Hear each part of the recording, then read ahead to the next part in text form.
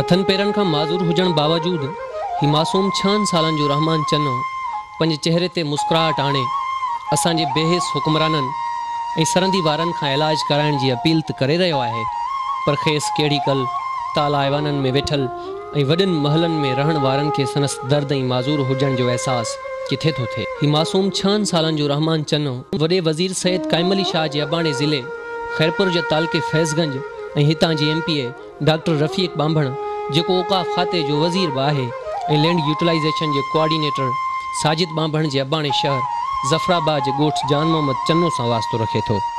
संदसि ॾाढे ग़रीब हुजण बावजूद हिन पुरस्रार बीमारी में मुब्तला थियल हिन मासूम जो इलाज वॾिन अस्पतालन में त करायो, पर संदसि अखियुनि में पोटे जे ठीक थियण जी लाट खे हुतां जे डॉक्टरनि इहो चई उजाए छॾियो त हिन जो इलाज पाकिस्तान में मुमकिन कोन्हे।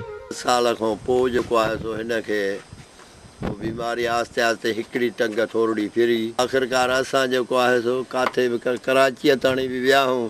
असां असुल पीपल पार्टी जा आहियूं, असुल बि भुट्टो साहब खां वठी असां जेके वोट जेके पीपल पार्टी खे ॾिना आहिनि, बेनज़ीर साहब खे ॾिना आहिनि, हाणे बि जेको आहे सो शहीद असगर हिन सानिया में शहीद थियो आहे।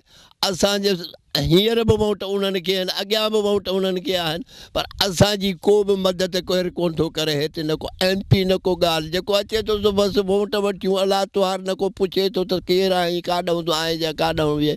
असां त हर कुर्बानी ॾिनी आहे हिननि जे लाइ, पर असांजे लाइ केरु बि कोन आहे। पुटु आहे, हिन जी उमिरि हाणे 6 साल आहे, 2 सालनि जो हुयो, हिनखे ही बीमार थी आहे।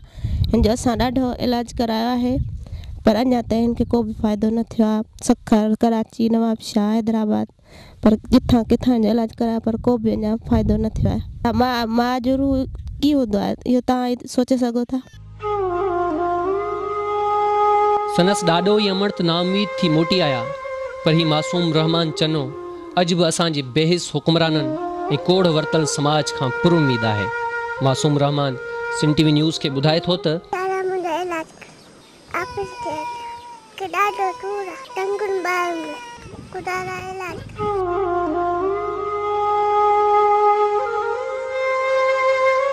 आहे कोई हिन मासूम जी मदद करण वारो ऐं संदसि उम्मीदनि खे पूरो करण वारो।